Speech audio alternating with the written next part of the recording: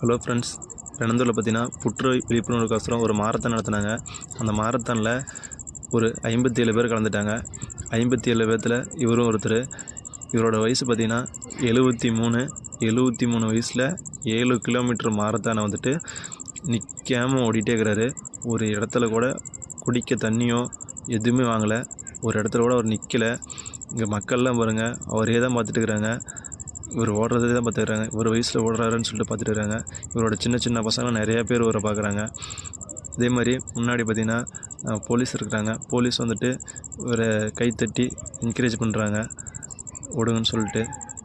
பார்த்திங்கன்னா அவரும் நிற்காமல் ஓடிட்டே இருக்கிறாரு. மக்கள்லாம் பாருங்கள், அவரே தான் பார்த்துட்டு இருக்கிறாங்க. என்னடா இந்த வயசில் ஓடுறாருன்னு சொல்லிட்டு, வயசான தாத்தா ஓடிட்டு இருக்கிறாருன்னு சொல்லிட்டு பார்க்குறாங்க. ஆனால் ஒரு பேருக்கு தாங்க வயசு அதிகம், நம்பர் தான் அது.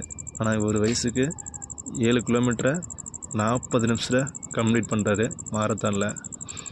இந்த மாரத்தான் பார்த்திங்கன்னா உங்கள் உடம்பு ஹெல்த்தாகவும் மைண்டு ஆக்டிவாகவும் எந்த ஒரு டயர்னஸ் இல்லாமல் இருக்க, நாள் பொழுதோ டயர்னஸ் இல்லாமல் இருக்க ரெகுலராக கன்டினியூ பண்ணிங்க அப்படின்னா, ரன்னிங் கன்டினியூ பண்ணிங்கன்னா நீங்களும் இதேமாரி ஓடிட்டே இருக்கலாம். பாருங்கள், டீ கடையில் நிற்கிறவங்க, கடையில் நிற்கிறவங்க எல்லாருமே இவரை தான் பார்த்துட்டு இருக்கிறாங்க. இந்த வயசில் மாரத்தான் ஓடுறாருன்னு சொல்லிட்டு கம்ப்ளீட் பண்ண போகிறாரு.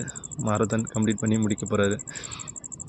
கம்ப்ளீட் பண்ணி முடித்தோடனே காட்டுறேன் பாருங்கள் என்ன பண்ணுறாருன்னு. கைத்தட்டி உற்சாகம் பண்ணுறாங்க, எல்லாருமே உற்சாகம் பண்ணுறாங்க.